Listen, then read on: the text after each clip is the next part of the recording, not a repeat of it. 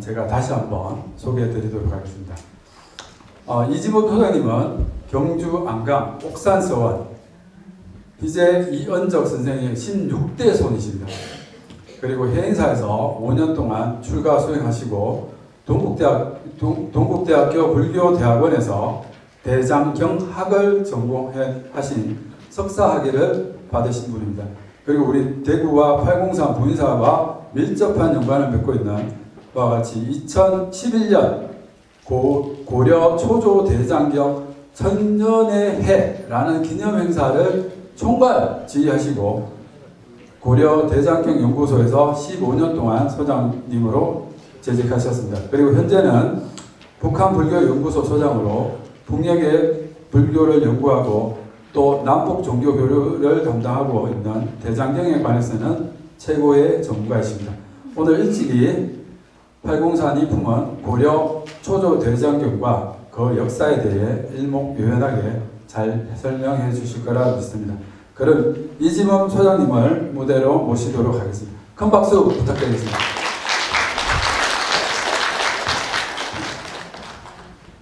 양해를 해주시면 제가 옷을 벗고 하도록 하겠습니다.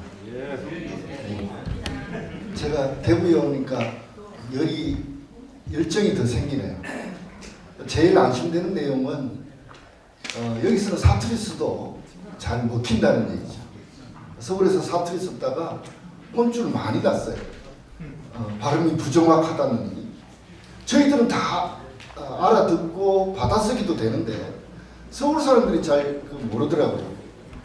운 좋았으면 신라가 지금까지 버텼으면 여기가 표준어고 거기가 사투리인데 이게 세상이 뒤집어져 있죠. 지금 7시입니다. 제가 7시부터 9시까지 약 2시간을 선생님들에 대한 시간을 제가 빌렸으니까요. 여기에 대한 보답이 될 수 있도록 노력을 하겠습니다. 오늘의 주제는 803이 품은 초조대장경이에요. 자료집 17쪽에서 정리가 되고 있는데 그 자료는 버전업이 안 됐어요. 버전업된 자료집을 만들기 전에 제가 보내드렸는데 자료집에는 실리지 않았고요. 제 강의가 끝나면 내일이나 모레쯤 제가 보내드린 지금의 강의의 자료를 별도로 보실 수 있도록 협조해 드리도록 하겠습니다. 앞쪽에 불은 꺼주세요. 제가 머리카락이 너무 많아서 빛을 발광을 합니다. 오늘의 주제는 803이에요. 여러분들이 계신 곳. 대부분 다 보니까 연배 거의 비슷한데요. 80년대까지만 해도 대구 앞산공원에 가면 성공관이라는 건물이 있었습니다. 기억나시죠? 예, 있죠. 거기 정면에 이런 글자가 새겨져 있어요. 너는 조국을 위해서 무엇을 하였나? 저는 그거 보고 깜짝 놀랐어요. 고등학교 1학년 때. 제가 경신고등학교 나왔거든요. 그래서 그 글자를 보고 지금의 나이 60의 상황까지 걸어온 하나의 버팀목이 됐던 하나의 슬로건이자 표어였습니다. 자, 이 얘기를 오늘의 시간으로 가져오면 이런 얘기를 할 수 있습니다. 나는 우리 동네에 대해서 무엇을 알고 있는가? 이 질문과 일맥상통하다고 볼 수 있습니다. 오늘의 주제가 초조대장경이 주제가 아니에요. 803이 주제거든요. 그래서 그 주제에 맞추려고 전체적인 그림을 준비를 했고요. 또 하나는 뭐냐면 오늘 자료 안 보셔도 돼요. 오늘 약 200컷에 해당되는 사진 영화 구경하고 가시면 돼요. 남북을 아우르는 특히 고려에서부터 지금까지 이어져 온 우리나라의 문화유산과 803이 어떻게 연을 맺고 있는지에 대한 설명을 하는 겁니다. 그렇기 때문에 그때 얘기가 이렇게 와 있고 그 얘기가 지금 이렇게 존재하는구나 라는 부분만 선생님들 아시면 돼요. 오늘의 단 하나만 기억하시고 가시면 돼요. 볼견자입니다. 보다, 다시 보다 라는 의미의 글자 하나만 새겨 가시면 돼요. 왜 그러냐면요, 803의 고려에 있었던 대장경에 대한 얘기를 하면 흔적이 없어요. 그래서 찾을 길이 없단 말이에요. 그래서 이 찾을 길이 없는 흔적만 남아있는 곳, 이곳을 설명하기는 두 가지 패턴이 있어요. 리얼리티와 디테일이에요. 그렇게 현실적인 것, 사실적인 것 하나와 우리가 디테일하게 기와 조각이 있는지, 거기에 있었던 문헌에 대해서 알고 있는지에 대한 이 두 가지 패턴으로 해서 쭉 들어갑니다. 이 두 가지가 오늘 제가 약 200컷에 대한 사진으로 선생님들과 공감을 하려고 하는 겁니다. 그런 의미의 얘기다라고 먼저 생각하시면 좋을 것 같습니다. 그래서 7시부터 시작해서 9시 정시에 마치도록 노력하도록 하겠습니다. 오늘의 주제가 팔공산이다 보니까 팔공산에 대한 얘기부터 먼저 올려놨어요. 이 그림은 뭐 다 익숙할 겁니다. 예, 여기 오늘 오신 분들이 팔공산에 오르지 않은 분들은 거의 없을 겁니다. 이 얘기에 앞서서 한 대목을 얘기를 좀 하면요. 우리가 조선 왕조 태정태세 문단세부터 시작해서 조선 왕조의 왕이자 나중에 폐위까지 됐던 연산군이 이런 얘기를 합니다. 나는 아무것도 무서운 게 없는데 내가 가장 두려운 것은 역사다라고 자기가 해놨습니다. 내가 가장 무서운 것은 역사다. 이것은 무엇이냐면 기록이에요. 그렇게 사람은 기록을 만들고 기록은 역사가 되는 것입니다. 그렇기 때문에 역사의 의미는 곧 기록이기 때문에 자기가 후대에 어떻게 비춰질 것인가에 대한 고민을 연상부터 했다는 겁니다. 흥청망청으로 자기의 삶이 일관된 형태의 군왕으로만 비춰지고 있지만 한편으로는 자기 자신이 역사, 후대에 어떻게 기록될 것인가에 대한 고민을 했던 흔적이 광해군 일기에 기록이 되어 있는 것이죠. 이만큼 역사는 무섭고 그 기록은 자기 일기와 벗어날 수 없는 시간의 모습이기도 합니다. 여기는 지금 아삼삼하죠. 1930년대에 일제강점기 때 지켜있는 팔공산, 동화사 쪽에서 본, 이렇게 동화사 영지 쪽에서 본 팔공산의 모습이에요. 그렇지 않다고요? 이 모습이 그대로 그 모습이죠. 이렇게 비춰진단 말이에요. 이 팔공산은 동화사라는 대찰도 남서쪽으로 품고 있고 동쪽으로는 은혜사라는 큰 사찰도 품고 있고요. 북쪽으로는 군이 삼종굴이 있는 사찰까지도 품고 있습니다. 제2석굴하면요. 동서남북으로 이 많은 산 권역을 형성하고 있는 산은 우리 한반도에서 그렇게 많지 않습니다. 우리가 지금 역사 시간 그리고 지리 시간에 배웠던 산맥론 1903년에 일본인 학자 고토 분지로가 써놓은 산맥론 태백산맥 무슨 산맥 산맥했던 이 태백산맥의 이론과 그 잘잘못을 확인하고 17세기에 여암 신경중 선생이라는 분이 상경표라는 책에 이렇게 적어놨어요. 1대강, 1정강, 13정맥이라는 이름으로 우리나라의 상세를 모두가 표기하고 해두었습니다. 이 빛나는 기록을 우리는 버리고 일제가 만들어 놓은 산맥론으로 그동안 학습을 해왔던 것이죠. 그 분야에 유일하게 빠져있는 곳이 이 팔공산이에요. 백두다가 우리나라의 조종산인 백두산에서 시작을 해서 지금의 소백산에서 다시 분기점으로 해서 지리산까지 내려오는 백두대간의 산이 있다면 그 산줄기에 오롯이 별도로 뽑아져 있는 곳이 팔공산입니다. 그래서 팔공산은 존재하지 않습니다. 팔공산은 어디에 가서 팔공산이라고 하죠? 우리 정재만 선생님. 팔공산 전체를 팔공산 권역, 그 권역 자체를 팔공산이라고 하는 겁니다. 지리산에 가면 반야목도 있고 하듯이 그 지리산 권역 전체를 지리산이라고 하듯이 팔공산이니까 봉우리 하나만 딱 가지고 팔공산이라고 하지 않습니다. 팔공산이 아우르고 있는 8개의 상계 문화, 골짜기에 형성되어 있는 삶의 문화를 포괄하고 있는 것을 팔공산이라고 합니다. 그렇기 때문에 팔공산은 곧 우리들의 삶이고 그 삶 속에 품어져 있는 내용을 설명하는 것이다 라고 얘기 들을 수 있습니다. 동화사의 모습이 이렇다고요. 1940년대까지 모습. 그런데 이분이 있어요. 이분 잘 아시죠?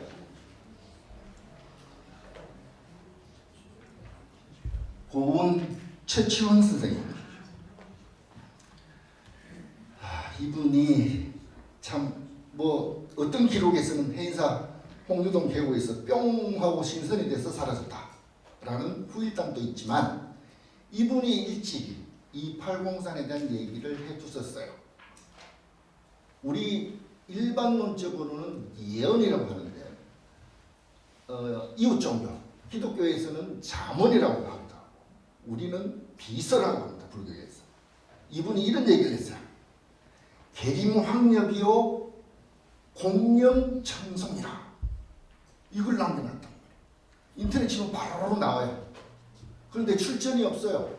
어디에서 시작됐는지 출전이 없어요. 인터넷에 보면. 삼국사기 최치원편에 나오는 얘기예요. 그런데 그 기록도 불분명해요. 그런데 18세기에 우리 선조리 분이 정확하게 기록을 해놨어요. 그리고 동사 항목을 지은 안정복 선생이 그 내용을 명료하게 정리를 해두었던 것이죠. 이 최치원 선생이 그렇게 얘기를 하니 계림은 황렵이요. 계림은 경주를 뜻해요. 경주는 곧 신라예요. 신라는 누런 황렵, 가을철의 낙엽이고 공명은 청송이라. 공명은 송악산이 고니의 목처럼 생겼다고 해서 그 산을 공명이라고 해요. 명은 산, 재, 치 이런 의미로도 다 써요. 또는 부소산이라는 이름도 쓰지만 그거는 청송이라 푸른 소나무다 라고 해서 일찍이 신라가 멸망하고 고려가 탄생한다는 것을 이 최치원 선생님께서 얘기를 해 두셨습니다. 그런데 이분에 대해서 좀 알아야 돼요. 우리는. 이 그림은 상계사, 우리 하동 상계사에 가면 있는 진영인데요. 그 진영을 엑스레이로 투여를 해보니까 앞선 사진에 없던 동자성이 2분이 나와요. 그렇게 이 그림도 배치법을 통해서 최치원 선생에 대한 존경의 표현, 18세기 후반의 작품이에요.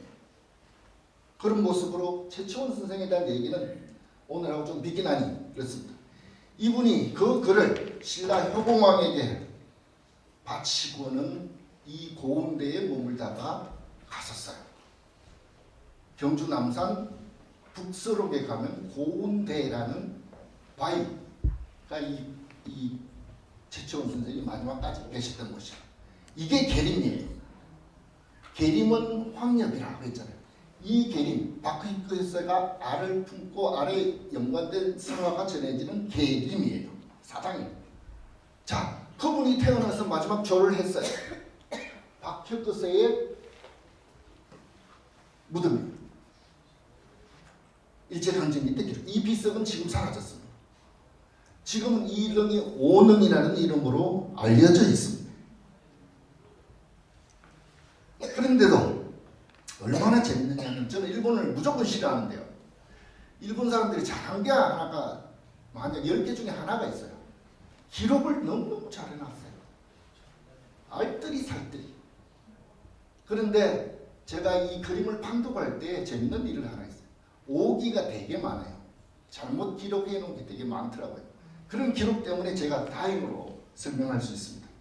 자, 이 그림은, 이 사진은 1958년도에 우리 대구 매일신문이 쓴 사진이에요.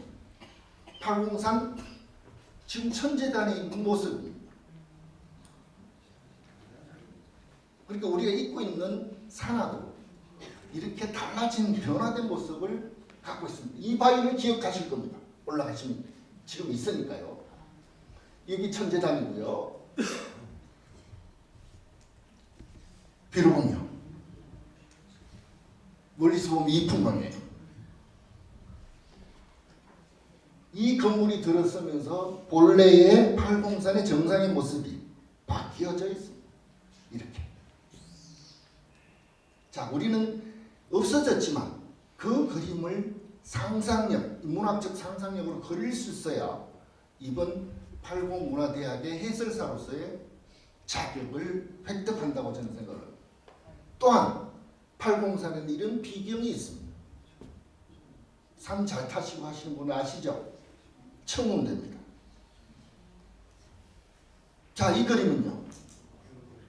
여러분들 이 뭐죠? 돈 8,000원 내고 올라가면, 예, 거기 올라가면 이게 보이죠? 500원 넣고 멀리 보는 거예요. 500원 넣고 카메라로 찍으면 이렇게 돼요. 이게 연불암이에요. 연불암의 모습이에요. 그 만원경 속에 비쳐있는 연불암의 모습이에요. 연불암 하면 우리 대구의 지금 문화가 정책 2010년 10월 달부터 시작된 성시의 예요. 17세기에 정시환 선생이 써놓은 상중일기라는 책에 이 연불암이 있는 경수기가 지금의 부인사까지 내려와서 봉초 하나와 담배 때를 사서 올라가요. 그 물물 교환은 종이었습니다. 이 연불암에 대한 얘기를 우리가 다시 볼 수 있다는 얘기를 설명드리고자 하는 겁니다. 아름답죠? 그 만원경 속에 있는 연불암의 모습입니다. 그 앞에 있는 마이불의 모습이에요.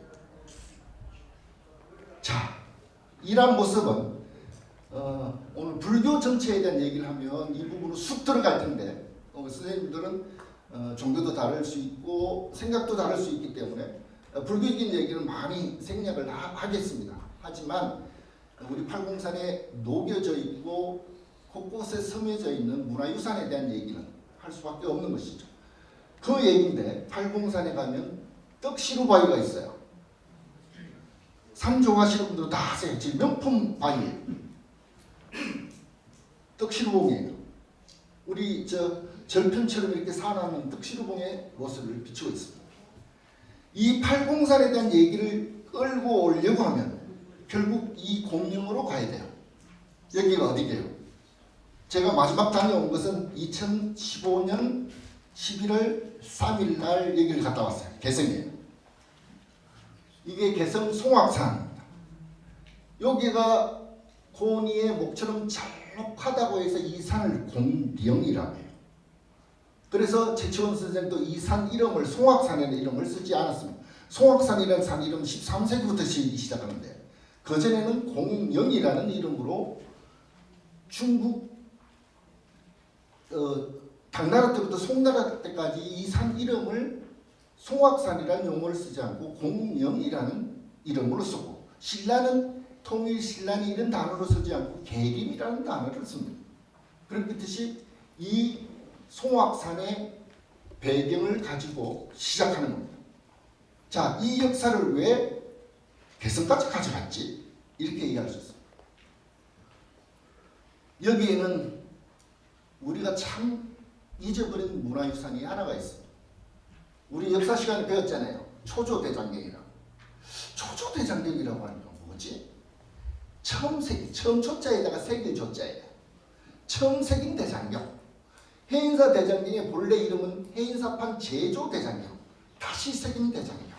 이런 의미예요. 본래 이름은 우리가 줄여서 팔만대장경, 약칭으로 팔만대장경이라고 부르고 있지만 이 송악산이 모습이 기이하지 않나요? 그래서 13세기 초에 이성계가 퍼뜨린 전설 같은 얘기가 하나가 있습니다. 내가 고려를 없애고 새로운 왕조를 연다라는 이름으로 소문을 퍼뜨려요. 내가 송악산을 임신시켰다. 자, 그 모습을 인문학적 상상력으로 펼쳐야 돼요. 이게 머리 부분이고요. 머리를 이렇게 길게 늘어뜨려져 있어요. 그리고 여기에 손을 가지런히 양손을 배꼽에 세우고 있어요. 마치 임신한 여인의 모습을 하고 있어요. 이 산의 그림을 가지고 그런 신화와 전설이 탄생을 합니다. 여기가 우리가 알고 있는 개성의 만월대입니다. 여기가 만월대라는 단어는 고려 시대에는 없었습니다. 최초로 쓴 사람은 태종 이방원의 사부 서성인 운곡 원천석 선생이라는 분이 회고가라는 자신의 시에 글씨를 써놨습니다. 흥망이 유수하니 망월때도 주초로다. 흥하고 망한 게 유수, 짧은 시간, 그 즈음에 망월때도 주초로다. 가을의 낙엽이로다 라고 표현을 해두어서 처음으로 등장합니다. 야은 길재 선생이 월대라는 표현을 썼습니다. 달을 보는 곳, 깊은 곳 이런 의미로 썼죠. 그래서 이 만월대라는 지명이 함께 만들어지고 지금의 개성에 있는 이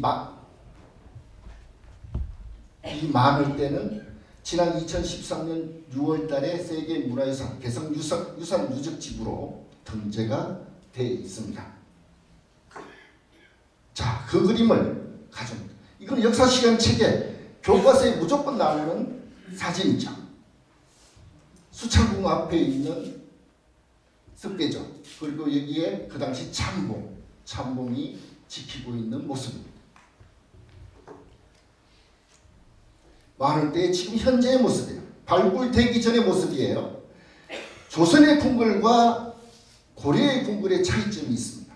고려의 궁궐은 구름, 조금 높은 둔덕에 있는 반면에 조선의 궁궐은 평지예요. 그래서 차이점이 배수의 문제예요. 한양 도성이 배수 문제를 첫 만들 때의 배수 문제를 고려하지 않았다면 지금 세계 10대 도시의 하나인 서울이 지금까지 번창하지는 못했을 겁니다. 그렇지만 고려는 이 개성 지역의 높은 언덕 위에 세웠기 때문에 배수에 대한 문제를 그렇게 고민하지 않는 그런 배경의 구조를 갖고 있습니다. 만월대라는 표석이 이렇게 세워져 있고 이것이 유네스코에 등재된 그 표석입니다. 자, 빨리 보도록 하겠습니다. 올라가는 습계에 이런 안각자 글자도 새겨져 있습니다. 일당백입니다. 최근에 누군가 새긴 그런 글자겠죠. 위쪽에서 보면 또 이런 모습으로 형성이 되어 있어요. 앞쪽에서 보면 이런 모습으로 형성이 돼요. 이 사진이 2015년도의 사진이에요. 그러니까 만월대 개성 바깥쪽, 개성 옆쪽에서 송악산을 바라본 모습입니다. 확연하게 모서리가 나오고 여기에 희미한 무엇이 있죠. 그래서 선생님들 앞쪽으로 오시라고 얘기했던 겁니다. 이게 전기가 가는 전봇대예요. 이 길이 통해 있어요. 신라 말기에 여기에 성을 쌓기 시작했는 바로 참성이라는 성벽을 쌓았는데 이 성벽을 중간을 관통을 해버려요. 그게 개성의 모습입니다. 개성이 현재의 지금 모습이에요.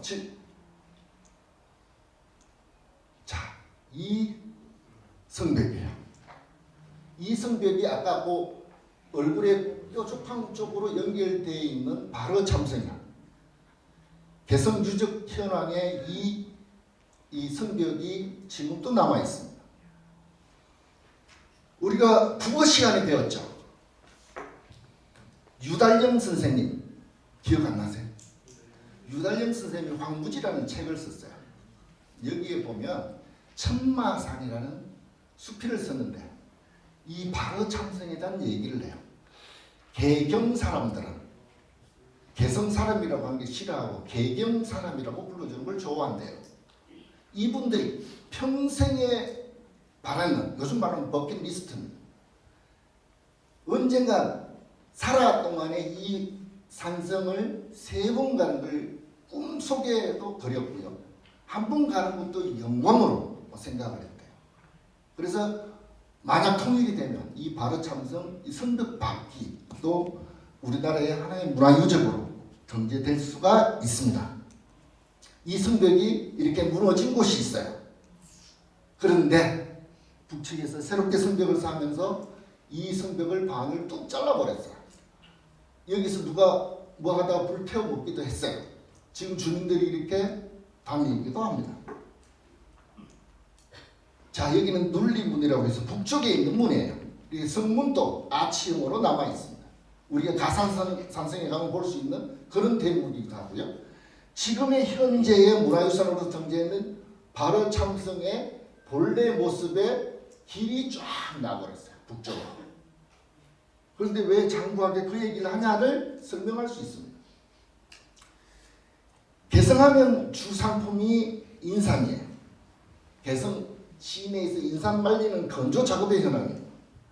이 길이 개성 송악산 앞쪽으로 해서 지금의 판문점 쪽으로까지 연결되어 있는 외곽 순환도로가 형성이 되어 있기 때문입니다. 자, 지금의 우리 남쪽 휴전선에서 본 북측의 개성의 개성 공단의 모습이에요. 2019년도 4월 며칠 날 이게 폭파가 됐죠.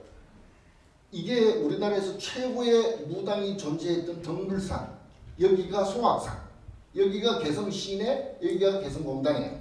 이게 임진강이에요.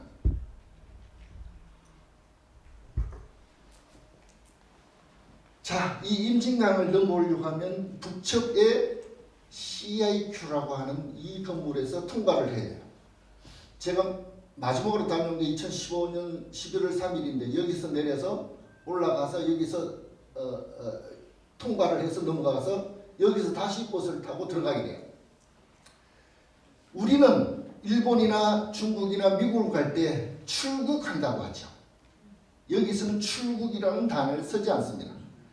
출경, 입경이라고 합니다.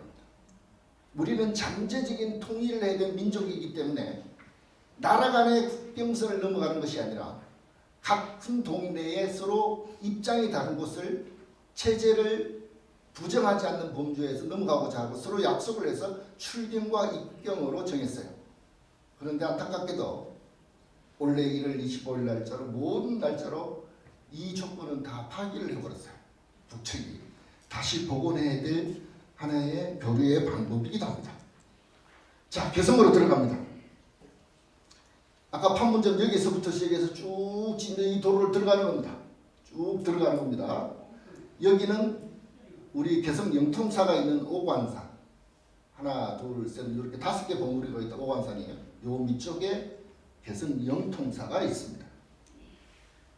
자, 이 그림을, 이 개성을 설명하면 지금이야 작년과 2015년도 사진을 가지고 설명을 했지만 그 전에는 사진이 없었잖아요. 이게 18세기에 표암 광세왕 선생이 그려놓은 개성 전도예요. 개성 그림이란 말이에요. 그림이 유인했다. 이 그림이 남아있는 것만 해도 천우신조입니다. 이게 송악산이에요. 공령이에요. 공령의 그림이고 앞쪽에 길이 났다고 하면 바로 참성의 길이고 이쪽이 여기가 관덕정이라는 정자고요. 이 산이 산 이름이 장암산이에요. 송악산의 아들 같은 산이다. 아들 자자를 쓴 남쪽에 있는 산 장암산이에요. 그리고 여기가 개성의 남대문이에요. 제가 오늘 문화유산에 대한 얘기를 한다고 했어요. 불교 얘기를 안 한다고 했어요. 이 남대문에는 재밌는 유산이 또 하나 있어요. 이게 연복사종이에요. 이 연복사종은 6.25 전란 때 많은 고초를 겪었지만 제가 얘기 드리는 이 연복사종에 연복사를 세웠던 비석이 어디에 와 있게요? 개성에 있지 않습니다. 혹시 서울에 가실 때 용산에 도착하시면 용산역 150m 지점은 철도회관이 있는데 철도회관에 이 연복사 피가 이수와 귀부와 이수만 딱 달랑 남아 있어요. 그런 안타까운 현상도 있지만 어떻든 개성의 모습이 이렇게 달라져 있습니다. 1920년도에 일본이 찍은 사진이에요. 그 아까 모습하고 시내의 모습이 이렇게 같이 볼 수 있는 배경입니다. 자, 개성하면은 이 사진 한 장으로 끝날 수 있습니다.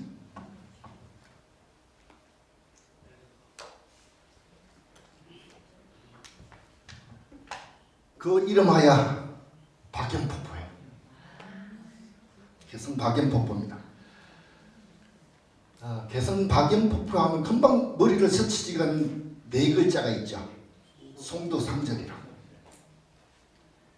미수허목의 기원별집에 보면 송도삼절은 달라요. 석봉환호의 글씨, 간이최립의 문장, 오산자철로의 시, 이 세 번을 송도삼절이라고 미수허목 기원별집 15세기에 써놓은 글이에요. 그런데 약 50년 후에 어떤 분이 나타나요. 호를 교산이라고 쓴 분이 있어요. 교산허균이라는 분이 처음으로 쓴 단어가 송도삼절이라는 단어를 써요. 거기에 한 주인공을 끌고 옵니다. 황진이라는 걸출한 예인을 모시고 옵니다. 이 황진이라는 분이 우리 사회를 얼마만큼 변화시켰느냐인 줄 아세요? 이분을 간이 얘기를 하면 우리나라 최초의 산악인이에요. 금강산을 4번 갔다 와요. 그 치렁치렁한 치마를 요즘식으로 몸빼 입고요. 개경에 있는 이세원을 데리고 다녀와요. 그래서 나온 말이 금강산도 식후경이에요. 다른 어떤 구절이 있는 게 아닙니다. 황진이의 비화입니다.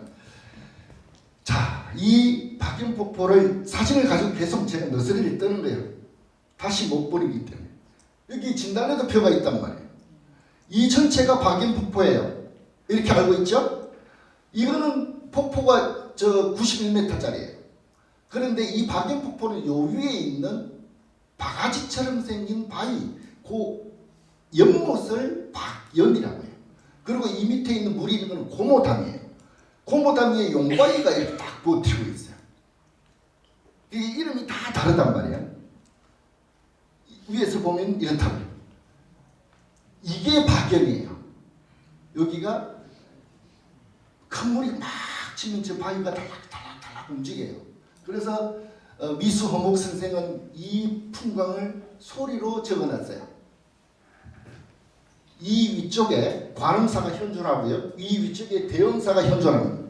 마치 스님들이 나오셔서 예불하는 소리 같다라고 표현을 해놔요. 그만큼 소리가 알가락 달가락 달가락 알가락 이 소리 난다고 해서 박연. 그래서 박연에서 물이 떨어져서 이 고모담에 물이 떨어져요. 그래서 서해의 용이 축 가서 성취를 했다. 이 정도 많은 얘기를 해두었죠. 이게 박연폭포의 지금의 모습이에요. 평암 강세왕 선생이 그려놓은 화채배도 이렇게 등장을 합니다. 여기에 이 대엄산성의 북문 요렇게 이게 이제 정자고요. 이쪽으로 해서 올라가면 위쪽으로 보입니다. 그런데 한 분은 이렇게 그려놨어요. 똑같은 그림인데 겸재정선 선생이에요. 아마도 이 그림물을 가지고 판독을 해보면 겸재 선생을 여기 가지는 않고 소문만 들으신 것 같아요. 이게 중국에 있는 망여산폭포의 그림이다 라고까지 표현이 되고 있는 겁니다. 왜 그럴까? 이 대목 때문에 그랬습니다. 아까 그 용바위에 글자를 황진이가 머리 한 줌을 지어지고 초스로 휘어갈긴 명품이에요. 만약 이 박연폭포에 황진이의 글씨가 없다면 향기 없는 박연폭포의 모습입니다. 우리 정진환 선생님이 글씨 읽을 줄 알죠? 한자를 많이 공부하셨는데 읽을 줄 알아야 돼요. 비류치카 삼천천 의시어나 낙구천 물줄기 내리쏟아 그 길이 삼천자 하늘에서 은하수가 폭포처럼 내리는 구랑. 당나라 때 시선이죠. 이백 선생이 써놓은 망여산폭포에서 두 구절을 싹 가져와서 촤 머리칼로 썼다는데요. 무협소설 같지 않나요? 그 얘기를 교산허균의 성소 부부구에 기록을 해두었단 말이에요. 이 그림 때문에, 이 글씨 때문에 박연폭포는 새로운 이름을 갖고 있습니다. 이와 유사한 그림이 하나가 내금강산에 가면 만폭동에 복례풍화 원화동천이라는 복례 양산 선생의 아주 큰 글자, 대 8글자가 있어요. 그 그림은 막 하늘로 성취할 정도래. 그런데 외금강, 신계사 가보고 싶은 분들 계시죠? 신계사에 보면 구룡년이 있잖아요. 구룡년의 글씨는 1919년도에 해강 김규진 선생이 쓰시고 일본인 석공 스즈키 긴지로가 그라인더로 새겨버렸어요. 그때 주는 이광수 선생은 그 글씨를 보고 이렇게 손가락질합니다. 이 명산에 꾸역질나는 글씨를 썼다. 지금은 어때요? 다르잖아요. 이와 동일한 케이스가 서양에도 있어요. 지금 프랑스 파리에 가면 프랑스의 대표 상징물이 에펠탑이에요. 에펠탑을 만들 때 그 당시 모파상이라는 프랑스의 최고의 지성인이 이런 얘기를 했어요. 저 꼴불기 싫은 저런 철탑을 나라의 한 중앙, 도시의 중앙에 세우냐고. 에펠은 너는 우리 프랑스를 엉망진창한 사람이라고 혹되게 비판을 했어요. 이 기록하고 같이 매칭이 안 되네. 그런데 영웅은 다시 태어나요. 우리가 아인슈타인이라는 분이 있죠. 아인슈타인 분이 그 프랑스에 도착해서 에펠에게 이런 기가 막힌 선물을 합니다. 에펠에게 선사한다. 에펠의 이 창조적인 이 탑은 앞으로 영원히 기념비적인 건물이 되겠다라고 칭송을 한 이후에 에펠탑은 지금 프랑스 파리의 최고의 상징물이 됐습니다. 여기서 질문이 있습니다. 고려 시대를 상징하는 대표적인 유산이 무엇인가요? 고려대장경? 팔만대장경? 고려청자? 그럼 조선은요? 훈민정음? 남대문? 숭례문? 지금은요? 없습니다. 우리는 이게 상징적인 게 없단 말이에요. 영국 같은 경우는 영국의 제1로 보는 게 빅뱅, 또 브리테니크 사전을 꼽습니다. 프랑스 같은 경우는 에펠탑, 루브르 박물관을 꼽아요. 이태리에 가면 피사의 사탑이 있어요. 피사의 사탑을 보고 다섯 나라가 이런 표현을 합니다. 국민성, 퍼스널리티라고 하죠. 피사의 사탑이 이렇게 기울어져 있어요. 그죠? 프랑스 사람이 보니까 이래요. 와, 예술적인다. 너무 아름다워. 근데 독일 사람하고 미국 사람 보고 뭐라 했는 줄 아세요? 대단히 공학적인데 어떻게 저렇게 건물을 삐딱하게 지었을까? 저 건축 기술을 배우고 싶다. 드디어 일본 사람이 갔어요. 뭐라고 했겠어요? 이거 돈 되겠는데? 이렇게 착각을 했다. 그 이듬해 한국 사람이 갔어요. 뭐라고 했겠어요? 어떤 놈이 또 부실공사했구먼. 이런 땅을 후문해요. 그런데 그로부터 얼마 후에 중국 사람이 갔어요. 뭐라고 했겠어요? 저거는 우리나라에도 있는데 중국의 문화적 자존심은요 상상을 초월합니다. 이 지구상에 있는 건 다 자기들이 만들었대요. 그 정도 문화적 자부심이 있습니다. 저는 직접 경험도 했는데요. 최근에 반원도 했지만 자 이런 얘기예요. 그걸 지나면 선주교예요. 겨울철에 선주교의 모습이에요. 선주교는 여기로는 사람이 다녀, 일로는 못 다녀. 애초에는 이쪽으로 다녔는데 1758년에 정몽주 후손이 이 길을 다시 돌다리를 놓으면 일로 사람 가면 됐어요. 자기 선조가 돌아가시고 비문에 돌아가신 장소를 그렇게 할 수 없다. 이것 때문에 그랬습니다. 돌이 상한돼서 생긴 거지만 역사의 유적은 이렇게 변모합니다. 정몽주의 피입니다. 이거 후손들은 그렇게 믿는다니까요. 그렇게 저는 불자고 5살 때부터 불교하고 있죠. 부처님을 절대적으로 믿어요. 그런데 안 믿는 사람도 있잖아요. 그거 동일한 거예요. 나는 믿고 니는 안 믿고 이게 아니라 또 의심을 가지는 것은 문제가 아니에요. 의심 가질 수 있죠. 부처님은 정말 태어나자마자 7발짝을 걸었을까? 말했을까? 이거 고민은 있잖아요. 그 고민은 부처님의 믿음하고는 상관없어요. 의문이지.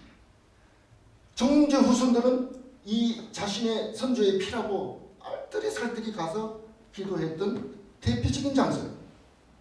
선주교가 이렇게 남아있단 말이에요. 그 앞에 선주교 앞에 흐르는 데예요. 그래서 제 할아버지 올라가니까 이규보라는 선생이 나타나요. 이규보 선생이 이 앵두촌에 살면서 개성의 제일 문제는 물이다. 물. 그렇게 저수지가 없다 보니까 물이 제일 고민이었어요. 그래서 고려 말기에 송악산 위쪽에 있는 안화사라는 절에서 도원 이순인 선생이 시내에 사는 삼봉 정도전에게 새해 맞이해서 물 한 병, 샘물 한 병, 녹차 한 봉지를 새해 선물로 보냈다는 기록이 우리나라 최초의 생수 문화의 시작이죠. 자, 여기에는 1903년 2월 3일 날 이분이 갔다 오죠. 순종 황제입니다. 순종 황제의 서북행. 이게 만월 때에 그 당시 순종 황제가 서북 순행을 했을 때의 모습이에요. 이 공룡이 그대로 나타나죠. 이 기차를 타고 여기까지 다녀왔었어요. 개성이라는 글씨가 쫙 나오죠. 여기는 순종은 없어요. 이게 개성역이에요. 1940년대까지 개성역이란 말이에요. 지금의 모습은 이렇게 되어 있습니다. 한석봉 선생이 써놓은 글씨인데 지금은 퓨전이에요. 그런데 이 남대문도 개성 역사유적으로 등재가 되어 있습니다. 여기에 비밀이 하나가 있죠. 그 그림을 보시게 될 겁니다. 일제강점기 때 여기가 일제들의 유흥장이었어요. 그래서 여기에 일본 순사들이 오르락내리는 계단까지도 만들어놨다. 이 남대문의 뒤쪽이에요. 이종이에요. 이종은 지금 칠 수가 없습니다. 이종은 금강산 밑에서 주조가 됐는데요. 원나라 장인이 직접 와서 이 영북사 종을 주조를 하게 됩니다. 이 종은 이제 칠 수가 없게 됐지만 이 종의 비애가 이랬습니다. 6.25 때 개성의 남대문에서 떨어져서 뒹굴었습니다. 아까 자남산에 제일 멀리 있던 관덕정이 여기 있고요. 이렇게 대구청에 꽂혀져 있던 이 비극의 현장이 겪은 종이에요. 48방에 M203인가요? 그 포탄 자국, 그 자국도 있습니다. 내일 물에 다가오는 초파일 행사도 개성 시내에서 이렇게 열렸습니다. 여기는 아까 정몽주 선생의 숭양서 모습입니다. 자, 개성 시내의 민가의 모습이고요. 이 사진을 일부러 실은 이유가 있어요. 개성 자남사에서 개성 학생들의 모습이에요. 자, 개성의 가장 큰 문제는 물이었어요. 물 해결만 되면 대도시로 발돋움할 수 있는 유일한 길이 되는데 물이 문제인 거예요. 물이 문제라서 항상 이 비가 많으면 넘쳐나고 비가 없으면 건천이 되어버리니까 우물이 다 내가 중앙에 자리하고 있습니다. 그런 문화들이 요소요소에 남아 있습니다. 이러한 개성의 모습, 박연 자연문화와 산과 어우러져 있는 개성의 현황이 그 모습이라면 그 탄생의 주인공이 이분입니다. 그런데 팔공산 얘기하면서 왜 개성 얘기만 하지? 자, 고려부터 시작해야 되기 때문에 주점 이렇게 시작을 한 겁니다. 고려 왕건입니다. 918년 6월 17일 날 지금의 철원, 그 당시 강원도의 도청 소재에 있는 철원에서 궁예에 부하에 있던 왕건이 지금은 개성에서 개국을 하지 않습니다. 철원에서 개국을 해서 개성으로 도읍지를 옮기죠. 옮겨서 마지막에 자기가 절을 했고 절했던 자신의 무덤이에요. 이게 제실이에요. 제당. 이게 무덤이고요. 정자각이고요. 수북청이고요. 비각이고요. 일제강점기 때 이런 모습으로 이게 홍살문도 보이죠. 홍살문도 이렇게 보이죠. 1940년대에 일제 유리 건판 사진으로 찍혀져 있습니다. 여기가 제실에 일제 그분들이고 참봉이 안내하는 그 참봉의 모습이기도 합니다. 참봉하면 생각나는 분이 있죠. 한명희 선생님도 생각하지만 이분이에요. 저 그림을 어떻게 증명하냐? 고려왕시 족보의 첫 페이지에 나오는 자기 조상을 그려놓은 사진이기 때문에 인용할 수 있죠. 고려왕건이 이렇게 생겼어요. 고려왕시 족보집 제일 앞표지에 있는 사진이란 말이에요. 그런데 너무 우리 부처님같이 습불한 부처님같이 생긴 동상도 있기 때문에 헷갈리는데 자기들 선조를 지은 개성왕씨들의 표지에 있는 사진이에요. 안타깝게도 뭐 조선에도 그렇지만 조선에는 어진이라는 형태로 많이 남아있지만 고려에는 왕들의 그림이 어진이 그렇게 남아있지 않습니다. 특히 자신이 그렸던 자화상이었던 공유랑의 그림은 불타가 없어져 버렸기 때문에 볼 수도 없지만 이 사진이 유일합니다. 이 사진은 우리나라에 있지 않습니다. 중국 항주 고려사에 가야 있습니다. 소조상입니다. 1925년 도에서 찍힌 사진이에요. 고려 문종의 사진이에요. 이분은 경기도 안산, 제부도, 지금의 안산시 안에 있는 쪽에서 태어나요. 그래서 경기도 안산이 고려시대의 정종, 덕종, 문종까지 3명의 왕을 배출한 곳이에요. 이 문종이 왜 얘기냐? 현종의 아들이기 때문에 그렇습니다. 저는 뭐 조선은 잘 모르지만 고려 얘기만 하면 고려의 세종대왕 이 현종이에요. 이분의 아버지예요. 그 아버지의 얘기가 오늘의 한 줄기인 초조대장경의 시작이에요. 그래서 지금까지 그 언저리에 있는 연결되어 있는 고리들을 보고 있습니다. 지금 현재의 개성에 있는 고려 왕건의 왕건릉이에요. 새로 다 개건.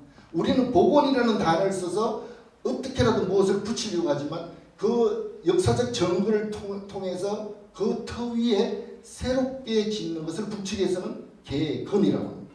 개건을 통해서 건물이 들어서 있습니다. 그런데 왜 뜬금없이 이 그림이 나왔죠? 혹시 신씨 우리 신승년 선생님 후손 계시나요? 예. 아버지의 묘입니다. 황해북도 평상군에 있는 장절공 신승년 선생님의 묘역입니다. 오리지널 묘역입니다. 춘천에 있는 묘역과 더불어서 상징적인 묘입니다. 황해도 평산 미산면 봉산에 있는 장절공의 무덤, 그 앞에 있는 사당에 소조상으로 장절공의 소조상도 일제강점기까지 존재했습니다. 지금은 존재하지 않습니다. 우리 신승균 장군을 얘기했기 때문에 이거 하나는 뭐 보너스로 충분히 설명드릴 수 있습니다. 아인슈타인이 이래 얘기를 했어요. 문화의 가치를 소중히 하는 사람이라면 평화주의자가 아닐 수 없다. 5분 쉬었다가 다시 시작하겠습니다. 고맙습니다.